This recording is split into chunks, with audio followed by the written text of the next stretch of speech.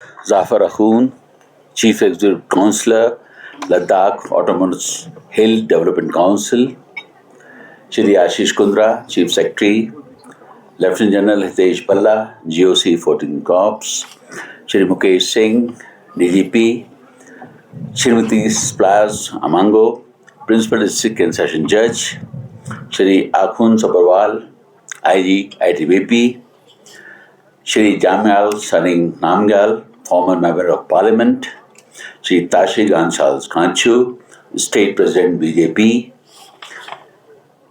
Venerable Dorje Sansin, President Gompa Association, Venerable Rombiz Angjuk, State Gompa, Sheikh Nazir, Vice President, Anjuman Imamia Leh, Advocate Ramzan, Vice President, Anjuman Moinul Islam, Shri Denching Changa, President, Christian Association, President, All Ladakh Guest House and Hotel Association, President, All Ladakh Tours and Travel Operators Association, President, members of Merchant Association, students, village representatives, media persons जुड़े। आज लेह लद्दाख में Indus river green corridor eco restoration की शुरुआत हो रही है। ये एक ऐतिहासिक अवसर है जब इस ठंडे रेगिस्तान में multiple agencies, defence forces, local community और स्टूडेंट्स बड़ी संख्या में प्लांटेशन करने के लिए यहाँ पर एकत्रित हुए हैं। इस अवसर पर मैं आप सभी को दिल से धन्यवाद और बधाई देता हूँ। हमारा ये कदम आने वाले समय में न सिर्फ हमारे लेह शहर की खूबसूरती को बढ़ाएगा, बल्कि यहाँ के इकोलॉजिकल चैलेंजेस में निपटने में भी मदद करेगा। दोस्तों, आज हम एक ऐतिहासिक सिंधु नदी के किनारे पर एकत्रित हुए हैं। ये ऐसी नदी जिसने सभ्यताओं को जन्म दिया और उन्हें आगे बढ़ाया है और सदियों से इस ऊंचे रेगिस्तान में जीवन को बनाए रखा है। इसलिए ये बहुत ज़रूरी है कि हम आज न सिर्फ जंगलों और नदियों के बारे में सोचें, बल्कि प्रकृति, विकास और सभ्यता के बीच गहरे रिश्ते के बारे में भी सोचें। लद्दाख जैसे इलाकों में जंगल और नदी सिर्फ इकोलॉजिकल एसेट्स नहीं है, ये यहाँ की स्टेबिलिटी और सस्टेनेबिलिटी का भी जरिया है। कई रिसर्च भी इस बात को साबित करते हैं कि प्रकृति पर आधारित उपायों से दुनिया भर में पर्यावरण से जुड़ी समस्याओं का सबसे स्थायी समाधान निकाला जा सकता है। माननीय प्रधानमंत्री श्री नरेंद्र मोदी जी ने सस्टेनेबल डेवलपमेंट को बढ़ावा देने के साथ साथ देश भर में तेजी से बढ़ रहे लैंड डिग्रेडेशन और डिजर्टिफिकेशन को रोकने का अभियान चलाया है। प्रधानमंत्री जी ने वर्ष 2030 तक 2.6 करोड़ हेक्टेयर डिग्रेडेड लैंड को फिर से हरा भरा और उपयोगी बनाने का लक्ष्य रखा है, जिसमें लद्दाख एक बहुत बड़ी भूमिका अदा कर सकता है। आज इस कार्यक्रम में इतने लोगों की भागीदारी और आप सबका उत्साह देखकर मुझे विश्वास हो गया है कि लद्दाख के पास इन स्ट्रेटेजिक आइडियाज को जमीन पर उतारने का पूरा अवसर है। दोस्तों, इस वर्षारोपण अभियान की सफलता में यहाँ के स्थानीय समुदाय की भागीदारी का अहम योगदान है। मुझे बताया गया है कि स्पुतनिक गोम्पा एसोसिएशन ने इस प्लांटेशन के लिए करीब 1 हेक्टेयर जमीन दी है, जो पर्यावरण संरक्षण के प्रति उनकी प्रतिबद्धता को दर्शाती है। इसके लिए मैं आपका दिल से धन्यवाद करता हूँ। स्थानीय समुदायों और सरकार के पर्यावरण संरक्षण के प्रयासों के बीच इस तरह का सहयोग अत्यंत सराहनीय है। इससे न सिर्फ समुदाय के लोगों में ओनरशिप की भावना जागती है, बल्कि यह हमारे प्रयासों को सफल बनाने में और गारंटी देता है। स्थानीय लोगों की भागीदारी और सहयोग से ऐसा ही एक सफल प्रयास मैंने 2021 में राजस्थान के उदयपुर में किया था, जहां 25 एकड़ एक बंजर जमीन में सिर्फ 3 वर्षों में एक बांस के हरे भरे जंगल को तब्दील में ला दिया था।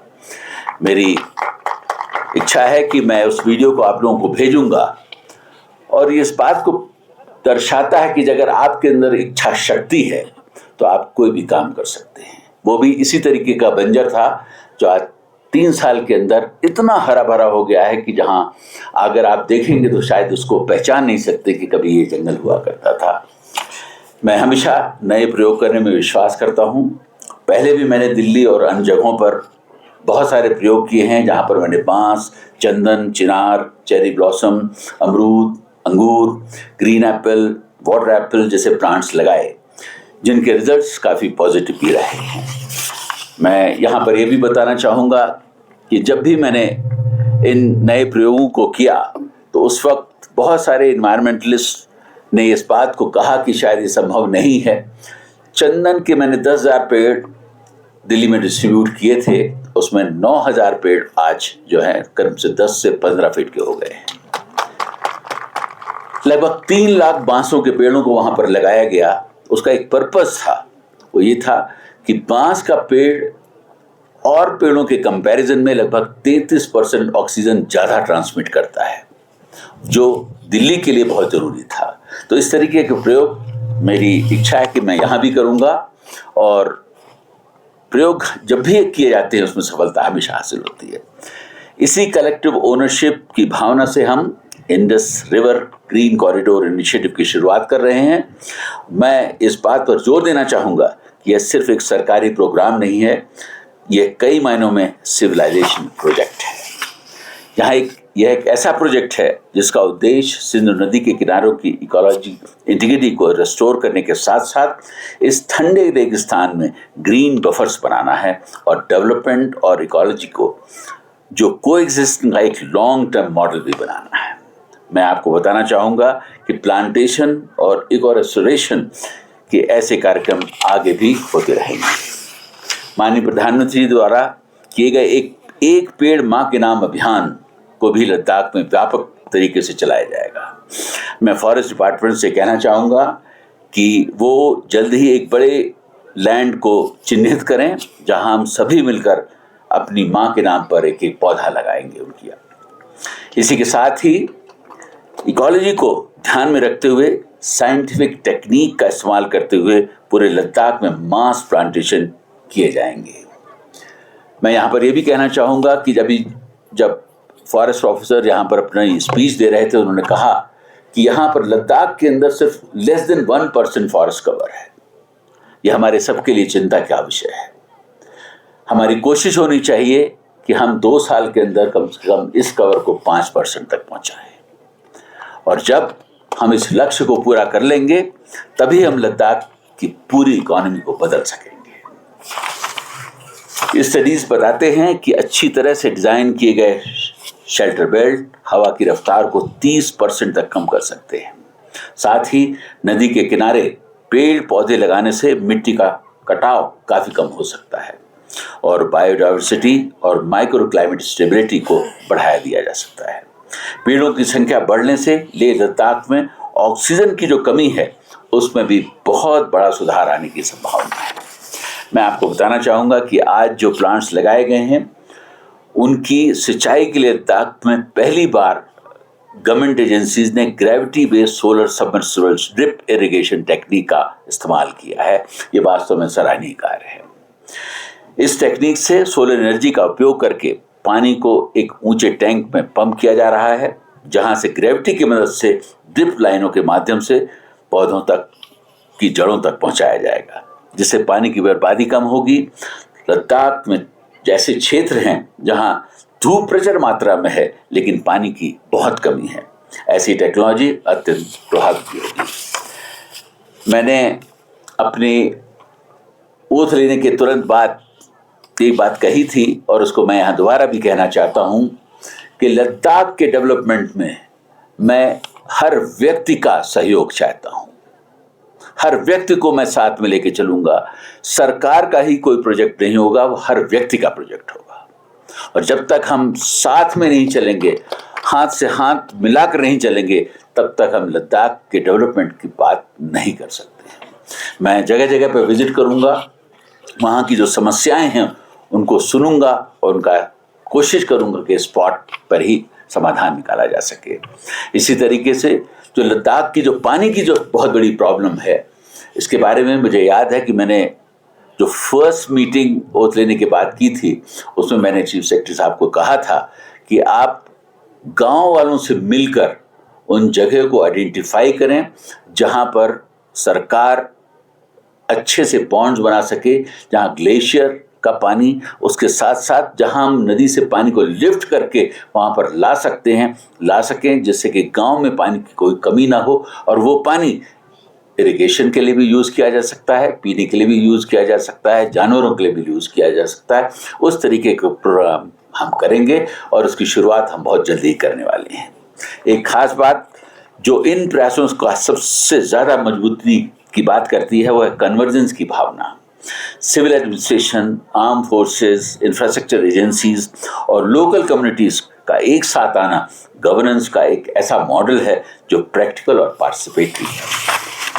लद्दाख की सांस्कृतिक परंपराओं ने हमेशा प्रकृति के बीच गहरा सम्मान बनाए रखा है।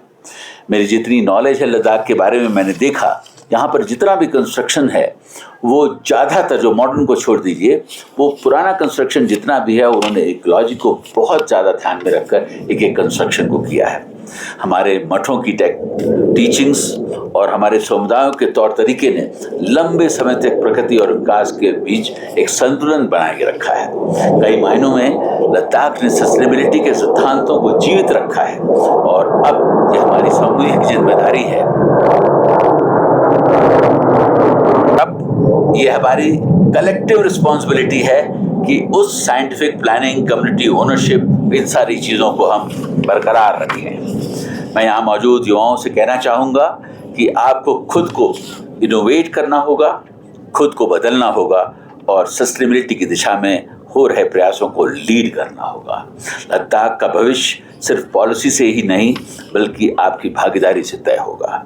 मेरा सपना है कि लद्दाख की नदियाँ और झील सबसे स्वच्छ हों, यहाँ की वैलीज सबसे ज़्यादा हरी भरी हों और यहाँ आने वाले हर व्यक्ति को एक बेहतरीन अनुभव मिले। जैसा मैंने पहले ही भी कहा कि लद्दाख में वो सारे संसाधन और अवसर मौजूद हैं इसे दुनिया का सबसे खूबसूरत टूरिस्ट डेस्टिनेशन बनाया जा सकता है। मैं ये भी कहना चाहूँगा कि मेरी फर्स्ट मीटिंग में जिस तरीके का प्रेजेंटेशन हुआ और मैंने देखा तो मुझे ऐसा लगा कि शायद जितनी पोटेंशियल लद्दाख के अंदर है देश के किसी स्टेट में नहीं है इसको वर्ल्ड क्लास टूरिस्ट डेस्टिनेशन बनाने में, और शायद हम 20 से 25% से ज़्यादा उस पोटेंशियल को इनकैश नहीं कर पाए हैं। मेरा प्रयास होगा कि हम इस पोटेंशियल को ज़्यादा से ज़्यादा इनकैश करें और ऐसे डेस्टिनेशंस बनाएं जहां पर एक बार टूरिस्ट अगर आता है तो कभी ज़िंदगी में भूले नहीं कि हाँ, हम लद्दाख में आए तो हमें ये ट्रीटमेंट मिला। मैं एक बार फिर आप सबसे अनुरोध करता हूं कि पूरी तत्परता से इस दिशा में एकजुट होकर काम करें जिससे कि पूरे विश्व में लद्दाख की अलग पहचान बनाई जा सके। इन्हीं शब्दों के साथ आपको सबका बहुत बहुत धन्यवाद।